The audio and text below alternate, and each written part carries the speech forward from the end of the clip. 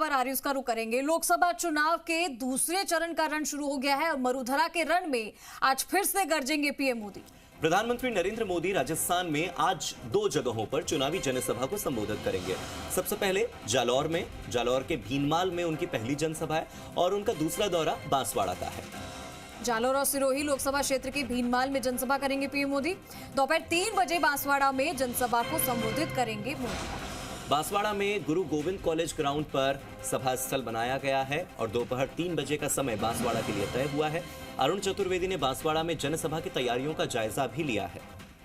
तो बांसवाड़ा से बीजेपी प्रत्याशी महेंद्रजीत मालविया ने पीएम मोदी की रैली की तैयारियों को लेकर सभा स्थल का जायजा लिया। उनसे खास बातचीत की है हमारे वरिष्ठ सहयोगी विष्णु शर्मा ने।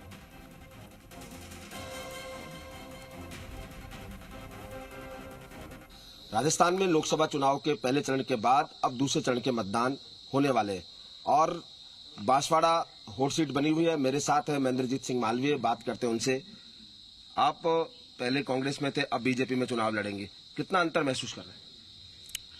देखो, भारतीय जनता पार्टी का एक अपना कैडर है।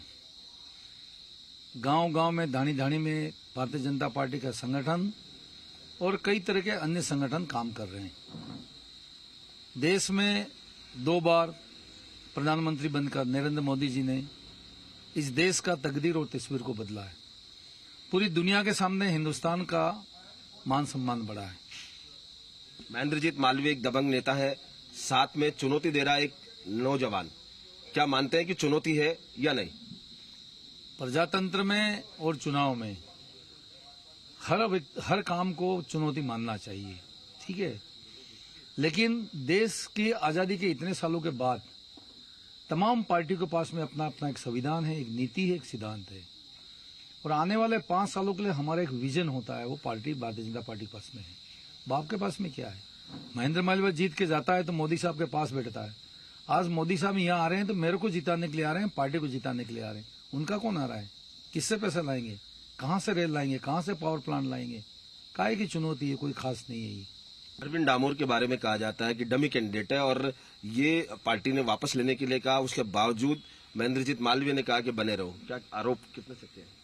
देखो, भारतीय जनता पार्टी के ऊपर आरोप लगाना, मेरे ऊपर आरोप लगाना, इसका कोई निराधार बात है। कांग्रेस पार्टी ने सिंबल दिया, सिंबल देने के बाद में सिंबल अलॉटमेंट हो गया। अब सिंबल अलॉटमेंट के बाद भारतीय जनता पार्टी क्या कर सकती है बताओ? हम तो हमारे हिसाब से चुनाव लड़ रहे हैं। जिन लोगों ने फार्म भरवाया उन लोगों की जिम्मेदारी थी कि उस व्यक्ति को अगर समझौता आपका हुआ था तो खींचवा दे फार्म। अब नहीं कोई खींचा हुआ, उसका आरोप मेरे ऊपर लगे तो मेरा तो इसमें कोई लेना देना नहीं। आखिरी सवाल ये भी है कि प्रधानमंत्री की सभा की जरूरत क्यों पड़ी? क्योंकि आप अनुभवी राजनेता हैं, लगातार आपका क्षेत्र में व्यापक प्रभाव बता रहे हैं। प्रधानमंत्री जी आएंगे तो वागड़ मालामाल हो जाएगा, ये जरूरत पड़ी।